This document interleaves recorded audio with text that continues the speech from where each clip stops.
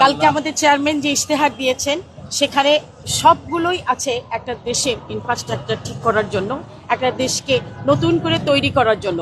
উনি যা যা বলেছেন ইশতেহারে এগুলো সবই চমৎকার, অনেক খেটে তৈরি করা। উনি বলেছিলেন ওনার প্ল্যান আছে, এই যে প্ল্যানগুলোকে উনি একটা ফ্রেমের মধ্যে নিয়ে এসেছেন। সেখানেই একটা জিনিস বেরিয়ে এসেছে যে একটা দেশকে সমৃদ্ধ করা, বিনির্মাণ করা, নতুন করে তৈরি করার জন্য দুটো জিনিস খুবই দরকার। আমি মনে করি আমার analysis 3 in 1, like one is financial freedom, second is a cultural freedom. Cultural freedom means not only গান বাজনা, কালচারটা হচ্ছে টোটাল প্রত্যেক দেশের প্রত্যেকটি সেক্টরে প্রয়োজনগুলোকে তৈরি করার জন্য, বিনির্মাণ করার জন্য একটা সিস্টেমে আনা। তো একটা সিস্টেমের মধ্যে সব ঢুকে গেলে আমাদের কষ্ট হবে না, নতুন প্রজন্মের জন্য কষ্ট হবে না, আগামী দিনগুলো সুন্দরভাবে দেশ বিনির্মাণ করা যাবে ইনশাল্লাহ।